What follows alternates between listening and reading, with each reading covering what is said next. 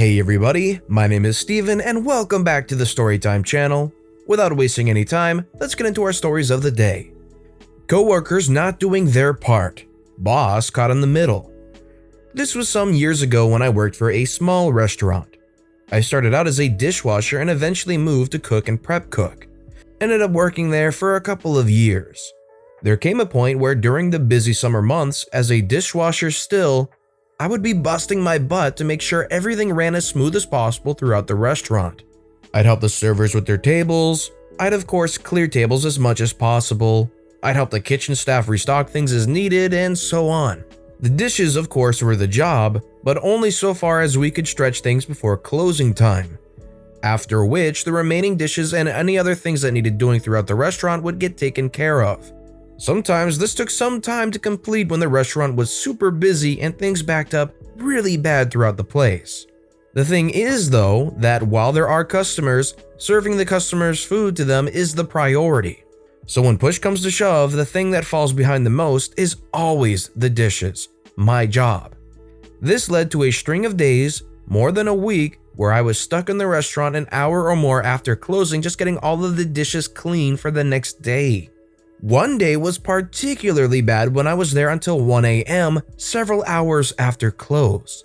This was partly because it had been a really busy day, but also some customers staying late and so on. My boss told me the next day, "I've noticed you've been closing later and later, and yesterday you closed way past midnight. What's the deal? I need you to close faster." I explained to her how the dishwashing took second place to the priority of serving people food, so the kitchen staff always got my help when they needed it, and the serving staff always got my help when they needed it too.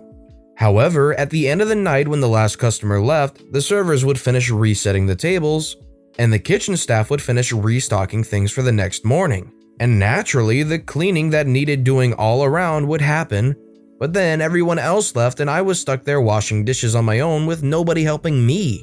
"Well, that's your job, you should be able to handle it." Yes, but I help them do their jobs. So at the end of the day, when they're finished, they should help with mine. Or else I'm going to be here longer and that's just how it is. "Alright, well I need you to leave earlier, so figure it out." I did figure it out.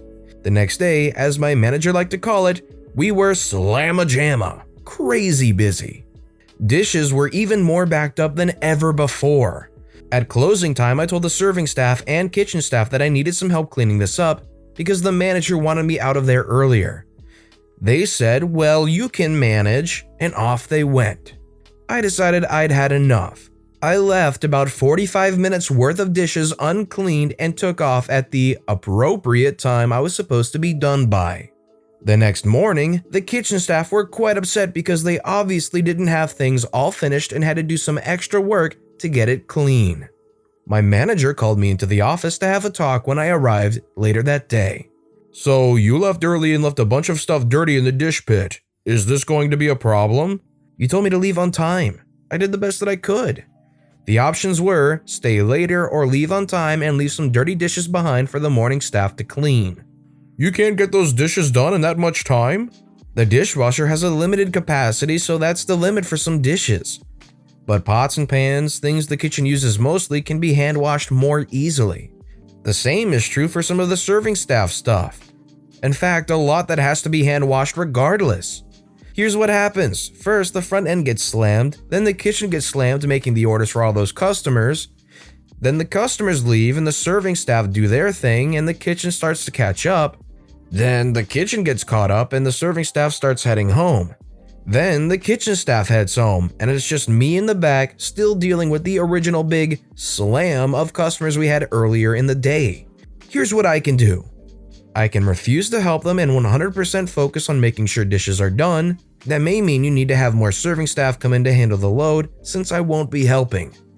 That also might mean you may need to have the line cooks and or prep cooks stay longer to make sure the kitchen is kept up to pace through the busiest hours.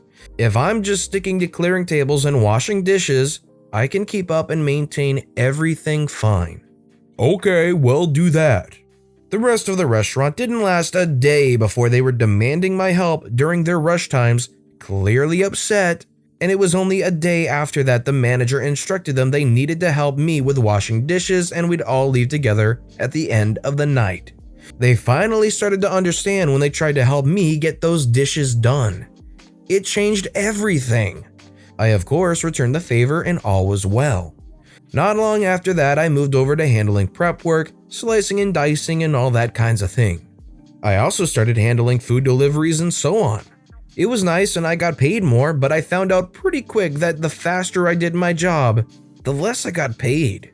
Unlike with dishes, there was a bit more fixed amount of work to do, so I was happy to help the dishwashers. I got so fast at one point that in the middle of the summer rush days, I'd just hang out in the dish pit. And the dishwasher would have it so easy. The manager tried to have me do both dishwashing and prep work because otherwise I lost too many hours. But that situation and how I got past it is another non-malicious compliance story. Personally, I would hate having to feel the responsibility of having to get jerked around 12 different directions and then be left to deal with my own giant mess alone at the end of the day. If you were in an OP situation, how would you handle it? Let me know what your course of action would be in the comments below. These aren't for individual sale. A few years ago, I worked in an optometry clinic, selling glasses, contacts, etc. As a courtesy to our patients, if someone urgently needed a pair of contacts or wanted an extra pair for vacation, etc., we would charge them a dispense fee per pair of $20 or so. I can't remember exactly. It wasn't something that lawfully we are supposed to do, but it was a gray enough area that we continued doing it and our patients appreciated it since a lot of them only wore contacts some of the time and didn't want to spend money on boxes. And sometimes if someone ordered boxes and they were leaving on vacation or something, we'd just give them the trial pair for free. Enter entitled brat, a woman who was slow to pay on her bills, never ordered boxes of contacts, and only ever got single pairs of contacts. She had a specialty prescription, so her trial contacts actually cost us money, unlike most trials which are sent for free. This is why you aren't really supposed to collect money for them, but we didn't. We charged a dispensing fee, wink wink, and so skirted the rules a bit. One day, entitled brat enters our clinic. She lost/ripped one of her contacts. No problem, we'll get another one ordered. Now, since her contacts were special made and cost us some money, her dispensing fee was a little higher, maybe $30. Her boxes would have cost about $400 for a 6-month supply because they're specialty lenses. High astigmatism correction. For comparison, a 6-month supply for myself typically costs about $120, and our prices were very competitive. Less than 1-800 contacts. And we didn't charge shipping if people picked up in store. Anyway, we order her replacement lens, call her when it's in, and she comes to pick it up. My manager tells her it'll be $14 for the one lens, and she flips out, saying it should be free. It's not her fault the lens ripped, etc., etc. My manager listens patiently, then explains that we always charge a dispensing fee, that her contact lenses cost us money and we're charging in order to cover that cost, as well as man-hours spent putting together her order. That's when she sees the fine print on the contact lens container. Not for individual sale. Triumphantly, she points that out and demands she should have the lens free. My manager takes the lens off the counter, makes a show of reading the print, and says, "You're right. I'm sorry, I can't sell you this. We'll have to send it back to the lab and get our money back. I'm afraid that you'll just have to order boxes from now on." Entitled brat gapes at my manager, then asks, "Okay, how much for a 6-month supply?" My manager consults the price sheet, calculates tax, and says, "For 2 6-packs, that'll be roughly $405. But I only wear these part-time, can't I just get one pair?" "I'm sorry, ma'am, but like you said, they're not for individual sale. I'm afraid we cannot do that any longer. It would be unethical. So you can order boxes here or elsewhere. Those are the options." Defeated by her own words, entitled brat took a copy of her prescription to order contacts online. For the remainder of my time working there, I don't remember her ever coming back. Serves her right for arguing over something that they really shouldn't have done in the first place, and getting angry when she was pretty obviously at fault for her contacts. You caused the car accident. I'm not worried, but now you want to make a big deal. Okay.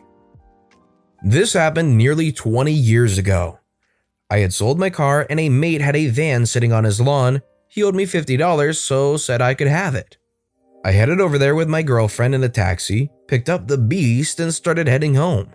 On the way home, it started pouring down with rain, so we did a detour to the supermarket instead of walking later on.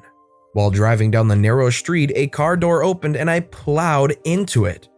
I didn't have the chance to react. It was opened at the perfect time that it wasn't possible. Freaking out that I just hit someone, I pulled over as quick as possible and ran back to the car. There was a girl in the car and she was not injured but crying. Freaking out that her boyfriend was going to be mad as heck because she'd come down to the shops to get him smokes. I told her I wasn't worried about my car because the bull bar took the hit and if she wanted me to hang around until he got there, I could stay. Around 5 minutes later, he arrived and instantly started abusing me, accusing me of hitting his car, etc. I politely told him that his girlfriend opened the door while I was driving past. She was parked outside the parking bay lines. Technically, it was her fault. After several minutes of abuse, I agreed that we should exchange details as I was going to get his insurance to pay for the damage to my $50 car. He laughed and started to pull out his wallet. I don't think so, buddy. It's your car, but she was driving.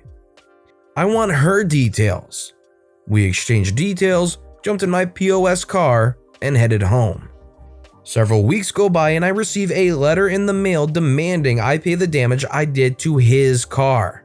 Quite annoyed by the insurance company, I called the local police station and explained what had happened. The officer said that normally if I were to hit a car like I did, I would be at fault. But because he knew the particular street and how narrow it was, only room for cars to drive one direction at a time despite being a two-way street, yeah, stupid, I know. It was actually the other person's fault.